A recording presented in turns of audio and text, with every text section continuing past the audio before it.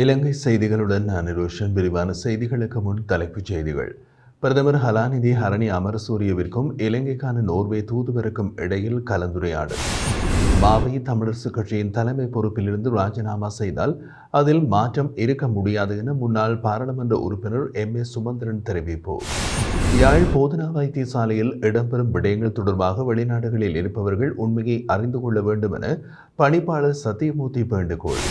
ராஜபக்சேக்கள் மீது முன்வைத்த குற்றச்சாட்டுகளை ஆதாரபூர்வமாக நிரூபிக்க வேண்டும் என்று அரசாங்கத்திற்கு ஸ்ரீலங்கா பொதுஜன பெரமுன சவால்.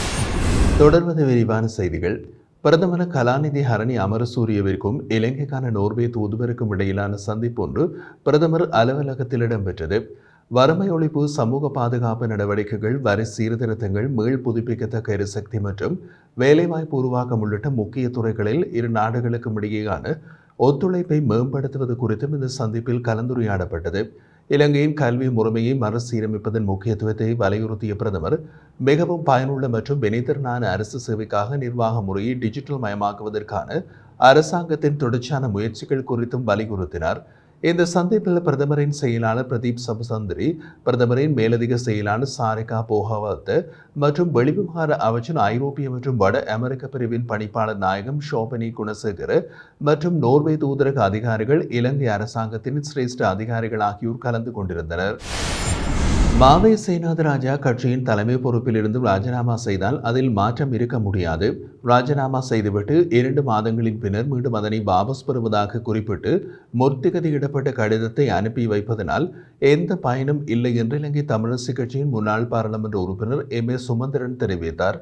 இலங்கை தமிழரசு கட்சியின் தலைமை பதவியில் மாவை சேனாதராஜா நீடிப்பதை அங்கீகரிப்பதா இல்லையா என்பது பற்றி தீர்மானிக்க பொருட்டு எதிர்வரும் 28ஆம் தேதி வவுனியாவில் கூடவுள்ள கட்சியின் மத்திய செயற்குழுவில் வாக்கெடுப்பு நடத்துவதற்கு கடந்த 14ஆம் தேதி நடைபெற்ற மத்திய குழு கூட்டத்தில் தீர்மானிக்கப்பட்டது.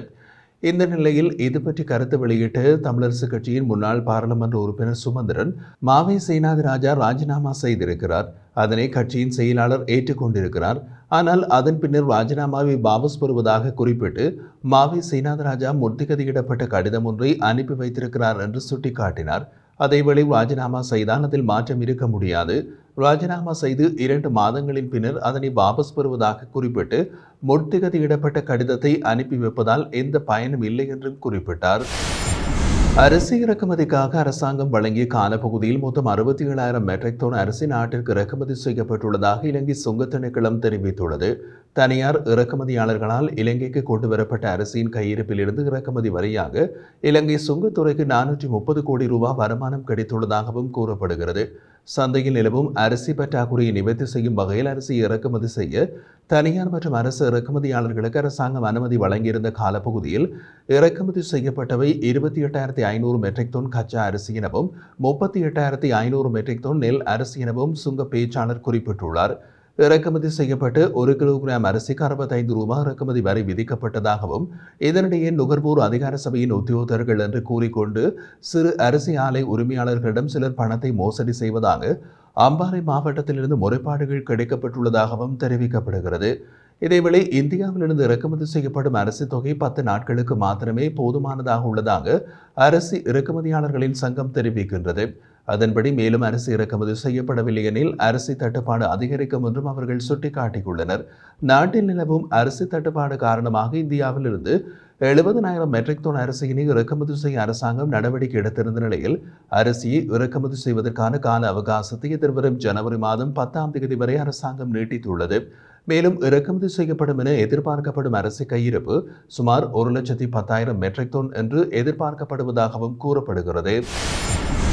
யாழ் போதனா வைத்தியசாலையில் தற்போது 1350 படுக்கைகள் உள்ள போதிலும் அந்த படுக்கை வசதிகள் போதாமையாக உள்ளது என்று யாழ் போதனா வைத்தியசாலையின் பணிப்பாளர் வைத்தியர் சத்தியமூர்த்தி தெரிவித்துள்ளார். தனியார் ஊடகம் ஒன்றில் பிரத்யேக செவி நிகழ்ச்சி ஒன்றில் கலந்து கொண்டு பேசிய போது அவர் இவ்வாறு கூறினார். தொடர்ந்தும் தெரிவித்திருந்த அவர் 1350 படுக்கைகள் போதாமையினால் சில சந்தர்ப்பங்களில் நோயாளிகள் நிலத்திலும் படுக்க வேண்டிய துர்ப்பாக்கிய நிலைமை காணப்படுகிறது. இந்த நிலையில் எதிர்வரும் நாட்களில் மேலும் 3 விடுதிகள் திறக்கப்பட உள்ளதோடு இதன் மூலம் இந்த படுக்கை வசதிகள் ஓரளவு மேம்படும். அத்துடன் மகப்பேற்று கட்டட தொகுதி மற்றும் இருதய நோய் கட்டட தொகுதி அமைக்கப்பட வேண்டும் என்றும் தெரிவித்திருந்தார். யாழ் போதனா வைத்தியசாலையில் சிகிச்சையை பெறுபவர்கள் பூரணமான நம்பிக்கை கொண்டுள்ளார்கள். ஆனால் சமூக வலைதளங்கள் மற்றும் வெளிநாடுகளில் இருப்பவர்களுக்கு இந்த வைத்தியசாலையில் என்ன நடைபெறுகின்றது என்பது தெரியாது. அதன் அடிப்படையில் அவர்களால் வைத்தியசாலையின் சேவையை சிதறடிக்கும் வகையில் சொல்லப்படும் காரணங்கள் பூதாகரமாக வெளியில் கொண்டு செல்லப்படும். ஆகவே உண்மையை அறிந்து கொள்ளுங்கள் என்பதே எனது வேண்டுகோள் என்றும் தெரிவித்திருந்தார். இதேவேளை யாழ் போதனா வைத்தியசாலையில் பணிபுரியும் தொண்டர்களுக்கு நாம் நியமனங்களை வழங்க முடியாது, மாறாக சுகாதார அமைச்சு அதனை செய்ய வேண்டும் என்றும் அவர் சுட்டிக்காட்டினார். தேர்தல் காலத்தில் ராஜபக்சக்கள் மீது முன்வைத்த குற்றச்சாட்டுகளை ஆதாரபூர்வமாக நிரூபிக்க வேண்டும் என்று அரசாங்கத்திற்கு ஸ்ரீலங்கா பொதுஜன பெரமுன கட்சியின் பொதுச் செயலாளர் சாகர காரியவசம் சவால் விடுத்துள்ளார். ஸ்ரீலங்கா பொதுஜன பெரமுன கட்சியின் தலைமையகத்தில் இடம்பெற்ற கலந்துரையாடல் ஒன்றின் போது அவர் மேற்கண்டவாறு கூறியுள்ளார். அங்கு தொடர்ந்தும் தெரிவிக்கையில், நாங்கள் தற்போது கட்சியினை பலப்படுத்தும் நடவடிக்கைகளை முன்னெடுத்துள்ள அதே நேரம் கட்சியின் முக்கிய பதவி நிலைகள் மறுசீரமைக்கப்பட்டுள்ளது.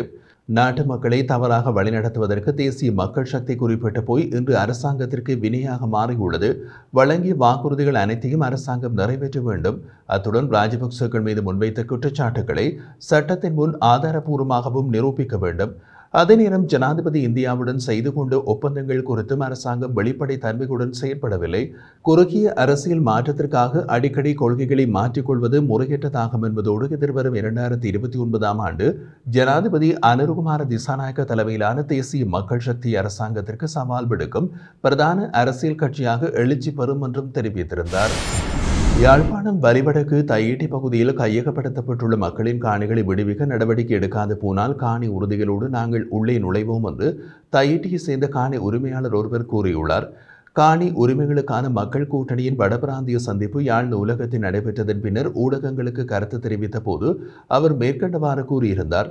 இதன்போது மேலும் அவர் கூறுகையில், யுத்தம் மௌனிக்கப்பட்டு 15 வருடங்களாகியும் கடந்த ஆட்சி காலங்களில் பல்வேறு வகையான போராட்டங்களில் ஈடுபட்டும் மகஜர்களை கொடுத்தும் இன்னமும் காணிகள் விடுவிக்கப்படவில்லை. இந்த நிலையில் தற்போதைய ஆட்சி மாற்றத்தை தொடர்ந்து மக்கள் மீண்டும் அதனை வலியுறுத்த வேண்டும் என்று நாம் எதிர்பார்த்துள்ளோம். முப்படையினரின் அபகரிப்புக்கு அடுத்தபடியாக மதத்தின் பெயராலும் காணி அபகரிக்கப்பட்டுள்ளது. தனியாருக்கு சொந்தமான 150 பரப்பு காணியை ஆக்கிரமித்து விகாரை கட்டப்பட்டு இன்று முப்படை பாதுகாப்போடு அங்கு பூஜை வழிபாடுகள் நடக்கின்றது. ஆனால் பாதிக்கப்பட்ட நாம் போராட்டங்களை நடத்தி எந்த பலனும் கிடைக்கவில்லை. எங்களின் காணிகளை எங்களுக்கு தருவதற்கு சட்டம் எதற்கு என்று கேள்வி எழுப்பிய அவர், மிக விரைவாக எங்களுடைய காணிகள் எங்களுக்கு வேண்டும். காணிகளை மீட்பதற்கு எந்த நிலைக்கும் கீழிறங்க நாங்கள் தயாராக உள்ளோம். தீர்வு கிடைக்காவிட்டால் காணி உறுதிகளுடன் காணிகளுக்குள் நுழைவோம். எம்மோடு அனைத்து தரப்பினரும் வர வேண்டும் என்று குறிப்பிட்டார். அடுத்த ஆண்டு பிப்ரவரி மாதத்திற்குள் அரசாங்கத்திடம் இருக்கும் அந்நிய செலாவணி இருப்புகளின் அடிப்படையில் வாகன இறக்குமதிக்காக ஒதுக்கப்படும் அந்நிய செலாவணி தீர்மானிக்கப்படும் என நிதி அமைச்சகத்தின் மூத்த அதிகாரி ஒருவரை மேற்கோள் காட்டி கொழும்பு ஆங்கில ஊடகம் ஒன்று செய்தி வெளியிட்டுள்ளது. அதில் மேலும் குறிப்பிடப்பட்டுள்ளதாவது, வாகன இறக்குமதி கட்டுப்பாடுகளை நீக்குவதற்கும் படிப்படியான அணுகுமுறை அரசாங்கத்தின் பொருளாதார மீட்சி மற்றும் அந்நிய செலாவணி மேலாண்மையின் எச்சரிக்கையான சமநிலையை பிரதிபலிக்கிறது என்று கூறியுள்ள அந்த அதிகாரி மேலும் விவரங்களை வழங்க மறுத்துள்ளதுடன் அதிகாரப்பூர்வ முடிவுகள் முறையாக வெளியிடப்படும் என்றும் தெரிவித்ததாக குறிப்பிடப்படுகிறது. இருப்பினும் பேருந்து இறக்குமதியை உள்ளடக்கிய முதலாம் கட்டம் ஏற்கனவே தொடங்கிவிட்டது என்றும் அடுத்த ஆண்டு பிப்ரவரிக்குள் 2ஆம் கட்டமாக தனிப்பட்ட பயன்பாட்டு வாகனங்களின் இறக்குமதி மீண்டும் தொடங்கும் என்றும் போக்குவரத்து மற்றும் நெடுஞ்சாலைகள் துணை அமைச்சர் பிரசன்ன குணசேன கூறியுள்ளார். நோய் தொற்று மற்றும் பொருளாதார வீழ்ச்சியின் போது அந்நிய செலாவணி இருப்புகளை பாதுகாக்க 2020இல் செயல்படுத்தப்பட்ட வாகன இறக்குமதிக்கான தற்காலிக இடைநீக்கத்தை அரசாங்கம் தளர்த்த தொடங்கியுள்ளது என்றும் அவர் கூறினார். கட்டுப்பாடுகளை தளர்ப்பதற்கு படிப்படியான அணுகுமுறை, விதிமுறைகள் மற்றும் காலக்கெடு நிதி அமைச்சகத்தால் முடிவு செய்யப்பட்டுள்ளதாகவும், எவ்வாறாயினும் வாகன இறக்குமதிகளை நிர்வகிக்க கடுமையான நிபந்தனைகள் விதிக்கப்பட்டுள்ளது என்றும் அமைச்சர் மேலும் சுட்டிக்காட்டினார். இந்த நடவடிக்கைகள் வெளிநாட்டு இருப்புகளை குறித்து கையிருப்புக்கு வழிவகுக்கும் அதிகப்படியான வாகன இறக்குமதிகளை தடுப்பதை நோக்கமாக கொண்டுள்ளது என்றும் குணசேன மேலும் கூறியுள்ளார்.